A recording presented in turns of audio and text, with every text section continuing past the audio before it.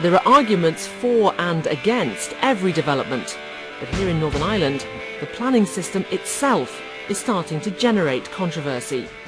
Over many, many years in Northern Ireland, we've had private interests, particularly big developer interests, actually controlling the planning agenda. The politicians see it as just a bureaucratic red tape of getting development through. It literally stalls projects to the point where they literally die. Even to a layperson like me, the planning system appears to be contradictory. In Northern Ireland currently, around 95% of all applications are approved, which could be seen as a bias in favour of development. That's worrying many people who feel that larger, more controversial applications are being dealt with in the same way as domestic extensions. But even if you are unlucky enough to have your application refused, you can appeal against that. But once an application has been approved, even if there have been 100 objections, there is no right of appeal open to those objectors. The long-running sagas of the extension to the runway at Belfast City Airport and plans for a John Lewis store at Sprucefield near Lisbon demonstrate the difficult decisions the planning service has to take, balancing economic development with the concerns of residents groups and the environment. Now, Friends of the Earth have carried out a survey which for the first time has allowed a range of people to give their views on the planning service. We had quite broad sectoral support, from politicians, from planners themselves, but also from developers. This was not just an environmental survey by people interested in citizens' rights or sustainable development. This had broad support. But the other main issue was not just the passion of the responses, but the consistency of the responses.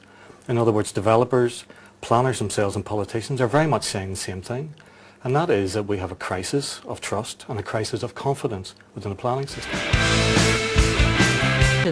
Was too close.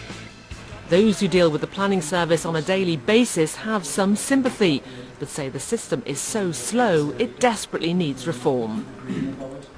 It's not the planning case officers. I've always found them to, as a person, be competent and be skilled, but the system they have to operate is deliberately complex or overly complex.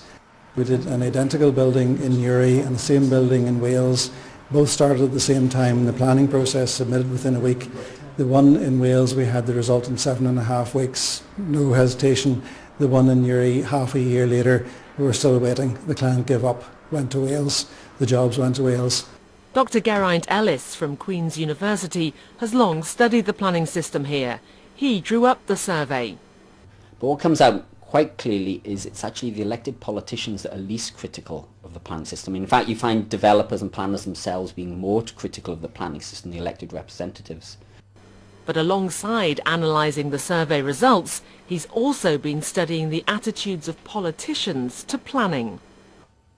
The planning bill was the biggest bit of legislation that Stormont had ever dealt with. It was 248 clauses, some of them fairly technical.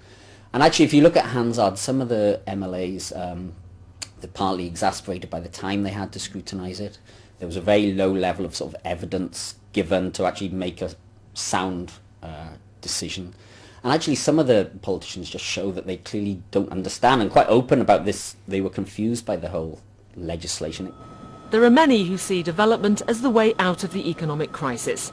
They blame the planning delays on European legislation, often aimed at protecting the environment. I think the planning process is the centre of a really important debate between politics, planning and power. And planning is supposed to mediate this conflict in the public interest. Over many, many years in Northern Ireland, we've had private interests, particularly big developer interests, actually controlling the planning agenda. We have also had under-resourcing of the whole nature of planning, and we've ended up with a system where planning doesn't plan. There's an idea for politicians to actually try and understand what the planning system is for. And I think generally the public get it, but the politicians don't. The politicians see it as just a bureaucratic red tape of getting development through, and that's what we're after.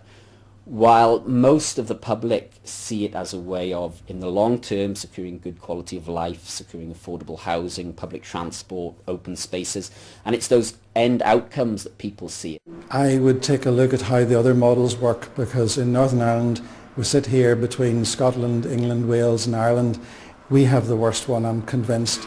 Responsibility for planning in Northern Ireland is supposed to be being devolved to local councils. But as the reorganisation of the councils isn't likely to take place itself until 2015, the fear is the planning system will remain in limbo.